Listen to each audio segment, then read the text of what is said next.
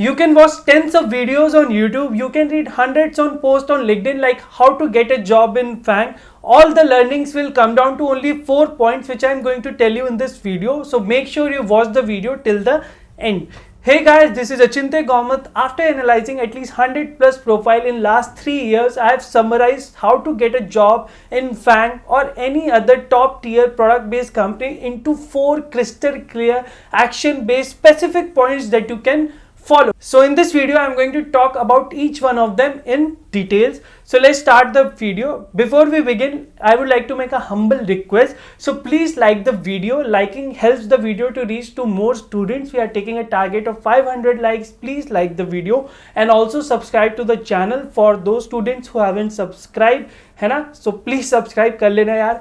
Okay, so let's start. So first is very obvious, you all must have heard, but let me tell you how it is different. You have to achieve expertise in competitive programming. Like why it is needed. So it is needed for getting shortlisted from the application round to the interview round. Why? Because so many students are applying. Let's say Google is hiring, there are like 50 openings are there, 60 openings are there, at least 50,000, 70,000, 1 lakh students are applying. So how do they shortlist? So they take criteria of your rating, your ranking or some top coding platform. It is not the only criteria. Don't think कि बस CP कर ली तो हो गया. It is among the many criteria. So how much CP is needed? At least 4-star on code forces and specialist or expert on code forces.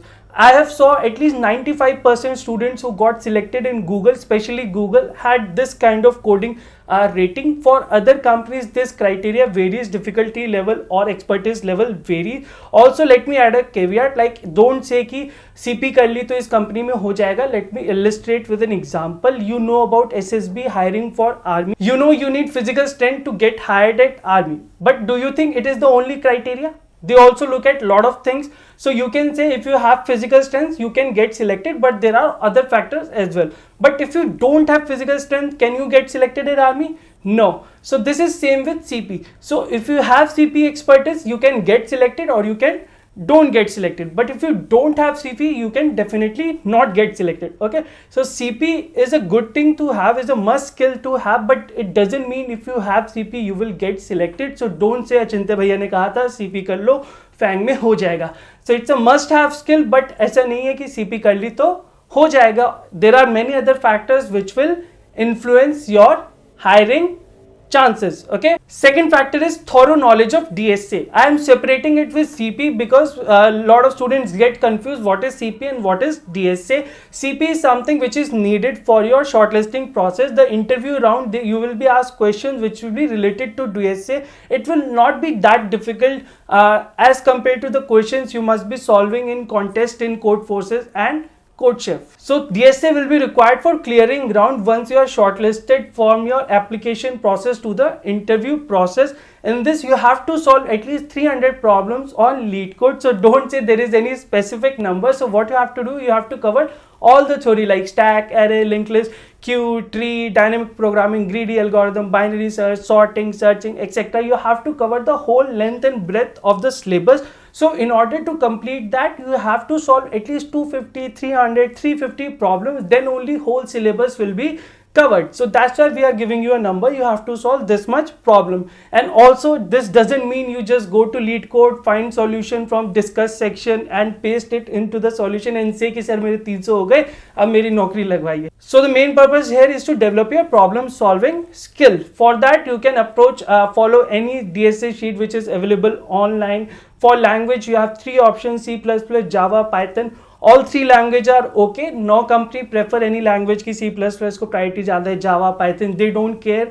Any company doesn't care about which language you are following. Just if you want to ask me which is the good language you should prefer, then C++ you can prefer 2-3 reasons. One, it has STL which is very helpful. Second, you will find lot of resources online, study material, blogs, YouTube videos for C++ more than any other language. So that's why these are 2-3 reasons. for which you can follow C++. Third point we are talking is creating a dynamic development profile. It is very crucial in your shortlisting as well as during your interview process as well. Every company, when looking at your resume, definitely looks at your experience, exposure, which have you mentioned in your resume. It is also asked in at least 1 or 2 rounds of your interview. You will definitely ask about what projects you made, what have you learned from it.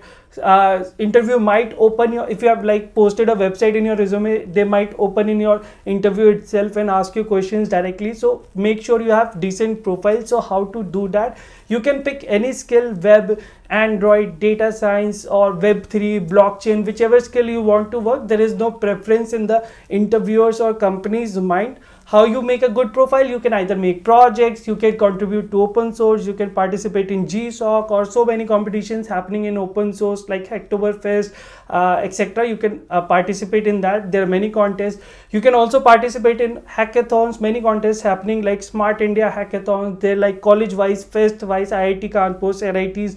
Lots of hackathons are happening. You can participate in that. How many projects are enough? 3 to 4 projects are good enough. 1 or 2 minor projects and 1 or 2 major projects. So some will be 3 or 4. Okay, so 3 or projects, 4 projects are good enough. You can make clones of major websites like Instagram clone, LinkedIn clone. It's good enough because interview want to see a complex application like 7-8 screens, 3-4 tables you have created. You have made at least 4-5 functionality. It's better if you have created some unique idea, but if you are not able to think anything unique, then clone is also fine. Also, simultaneously maintain your GitHub profile. All the companies definitely check your GitHub profile along with your LinkedIn profile. So if you have done all the above part like making project, hackathons, open source contribution, so your GitHub must be very good. Okay, so you don't have to do anything extra. So make sure you are maintaining your GitHub profile alongside everything you are doing in your dev. So let's move on to the last and the fourth point. You have to maintain a professional profile. You just don't have to be a geek or a nerd. You have to be a